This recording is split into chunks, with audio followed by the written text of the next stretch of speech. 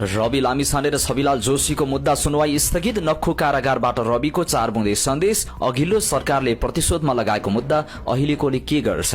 नयाँ दल दर्ता गर्दै रेशम चौधरीले भने नेपालको राजनीति धुमिल भयो, देश जोगाउन नयाँ दल दर्ता गर्यो। जेन्जी र दलहरूलाई प्रधानमन्त्री सुशीला कार्कीको भनाई, हेर्दै जानुहोस् के गर्दैछौं, थन्काएका फाइल खुलाउँदैछौं। प्रधानमन्त्रीको सचिवालयले भन्यो कसैको दबाव र प्रभावमा गृहमन्त्री हटाइँदैन।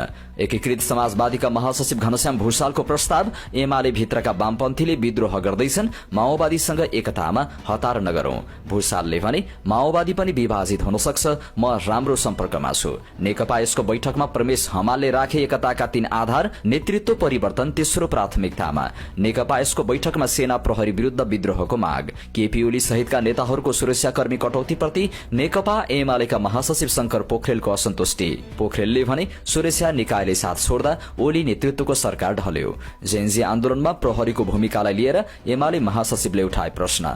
अदालतका पूर्व फैसला हेर्दा संसद विघटन असंवैधानिक देखिने नेता पोखरेलको दावी। जेन्जी आन्दोलनको नाममा षड्यन्त्र भएको पोखरेलको जिकिर। एकीकृत समाजवादीका सम्मानित नेता झलनाथ खनालले बैठकमै मागे अध्यक्ष माधव कुमार नेपालको राजीनामा। माधवलाई झलनाथको प्रश्न, पार्टी फुटाएर माओवादीमा मिसिन तपाईलाई सुहाउँछ? जेन्जीसँग छैन साझा एजेन्डा, प्रत्यक्ष निर्वाचित कार्यकारीदेखि जनमत संग्रहसम्मका माग। कांग्रेस महामन्त्री विश्वप्रकाश शर्माले सुझाए चुनाव अघि महाधिवेशन गर्न सकिने 4 विकल्प।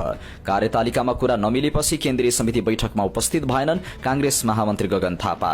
मंगिर भित्रै महाधिवेशन गर्नुपर्ने जिम्मेवारीबाट भाग्ने छुट कसैलाई नरहेको नेपाली कांग्रेसका युवा नेता भूपेन्द्र जङ शाहीको भनाई।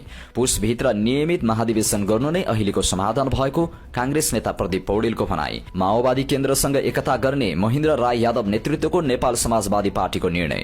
कार्यतालिका नआउँदै नियमित कि विशेष महाधिवेशन भनेर गफ गर्न जरुरी नरहेको नेपाली कांग्रेसका केन्द्रीय सदस्य बहादुर सिंह लामाको भनाई। कांग्रेसमा आबद्ध जेन्जीको माग, सुशासनको शुरूआत गर्न पार्टीले आन्तरिक सुशासन आयोग गठन गरोस्। नेपाली कांग्रेस बागमती प्रदेशका सभापति इन्द्र बहादुर बानियाको भनाई, महाधिवेशनबारे परिपक्व निर्णय गरौं। नेपाली कांग्रेसका केन्द्रीय सदस्य राजन केसीको प्रश्न, कांग्रेसकै घर छानेर भएको आक्रमणलाई शीर्ष नेताको मूल्याङ्कन के हो? खगेन्द्र सुनारलाई 50,000 धरोटीमा छोड्न काभ्रे अदालतको आदेश। रुग्ण ठेक्काको व्यवस्थापनमा सरकार सकारात्मक रहेको निर्माण व्यवसायी समितिका अध्यक्ष रवि सिंहको भनाई। शेयर बजार चलाउन नियम र स्वतन्त्रता दुवै आवश्यक रहेको नेप्सेका सीईओ चुडामणी चापागाईको भनाई। सरकारले गरेको बजेट कटौतीमा संसदीय समितिको चासो, जेन्जीका माग सम्बोधन गर्न मुख्य सचिवले देखाए चासो। संघीय संसदका पदाधिकारी तथा सदस्यहरूको पारिश्रमिक र सेवा सुविधा घटाउने सरकारको निर्णय।